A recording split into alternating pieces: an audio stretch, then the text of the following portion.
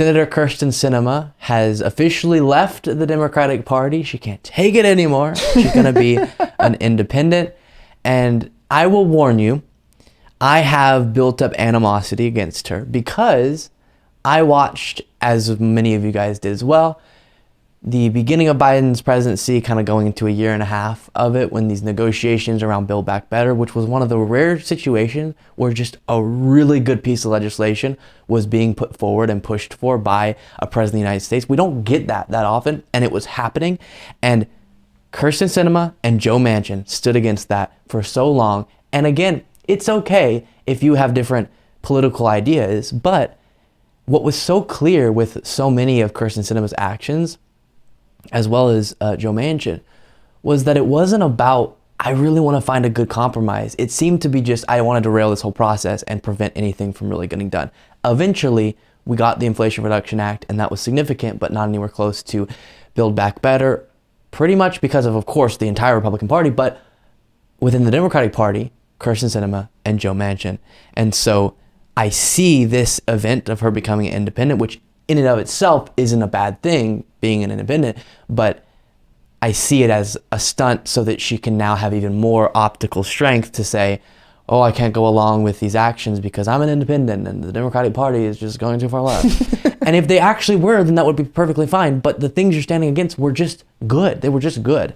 Anyways, we're going to look at an interview that she did with CNN in a second here, but this is Politico breaking the story. Arizona Senator Kyrsten Sinema is changing her party affiliation to be independent, delivering a jolt, to Democrats' narrow majority and Washington along with it. In a 45-minute interview, the first-term senator told Politico that she will not caucus with Republicans and suggested that she intends to vote the same way she has for 4 years in the Senate. Quote, nothing will change about my values or my behavior, she said.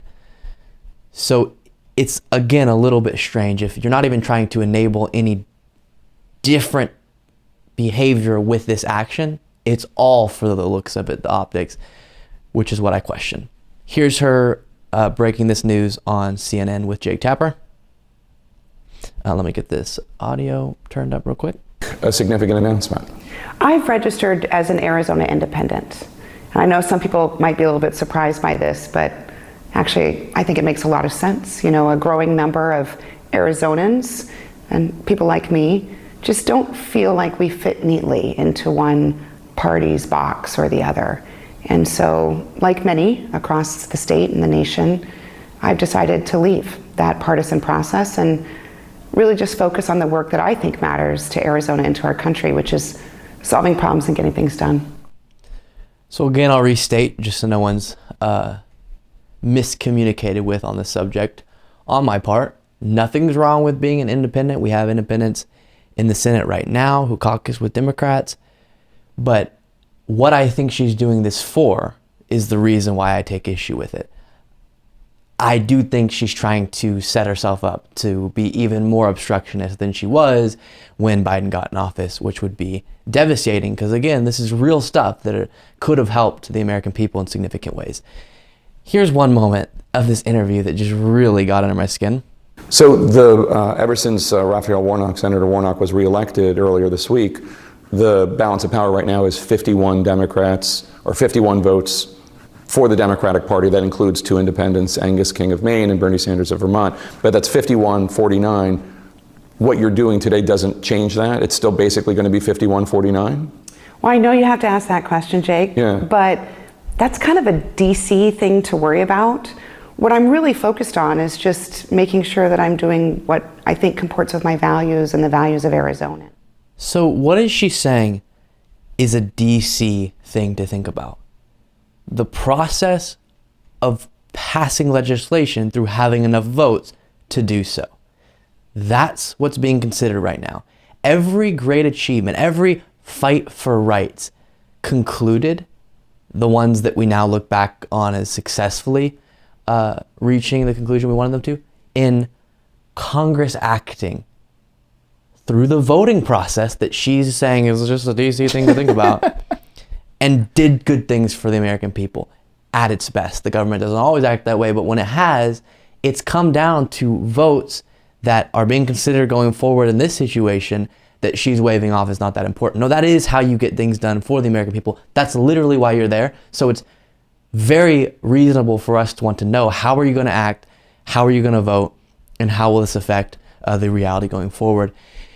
Here's one more moment from this same interview.